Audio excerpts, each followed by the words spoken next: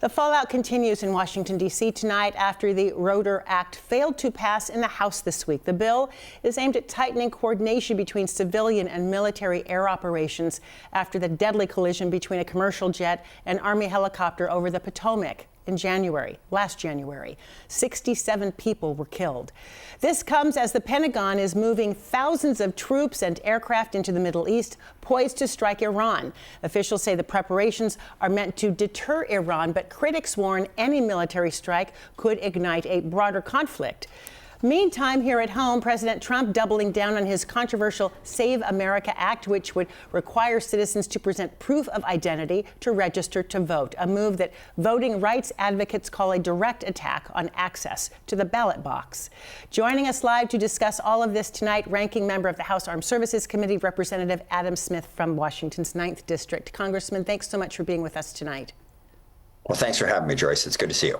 Thank you. You too. I want to start with the Rotor Act, which would have required more planes to use better tracking equipment in the skies to avoid mid-air collisions like the one we saw over D.C. involving the American Airlines jet, the Army helicopter. What was in the Rotor Act that divided lawmakers enough to sink it?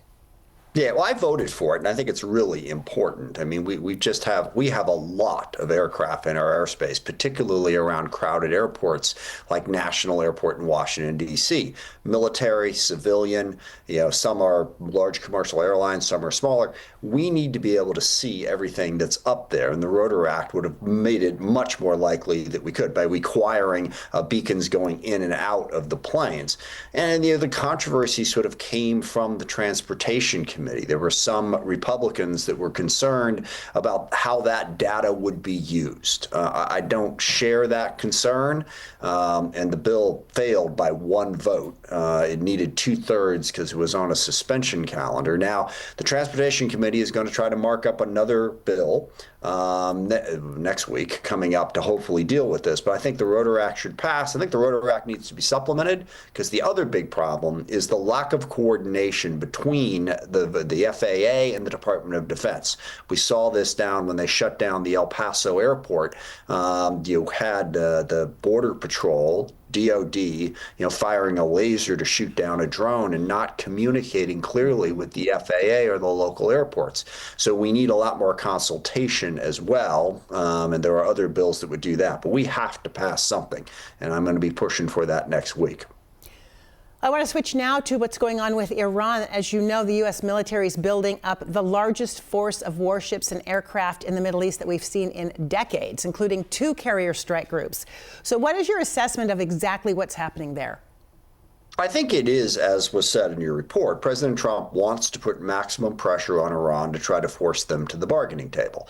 The problem is, what happens if he doesn't get what he wants out of Iran? And remember, there's a bunch of different pieces to this. The one that's most talked about is stopping Iran from getting a nuclear weapon, and that is very important. Now, I will point out, President Trump pulled us out of an agreement we had with Iran that was stopping them from getting a nuclear weapon.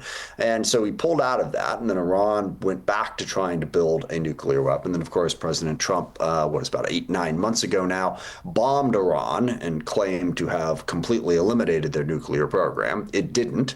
As all experts had said, air raids are not going to be able to stop the nuclear program. So now we're back in the negotiating table.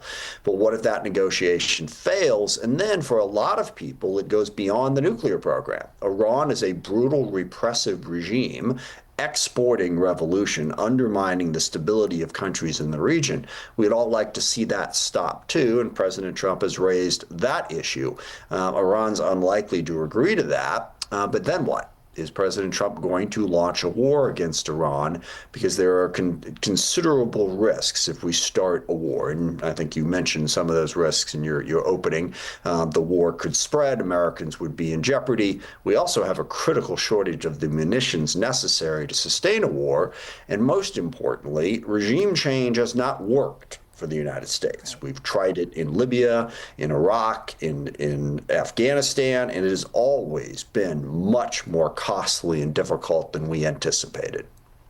And then finally, in the President's State of the Union, the President said that his Save America Act, which would require people show proof of citizenship to register to vote, will protect election integrity. Critics are calling it voter suppression. Where do you stand on that?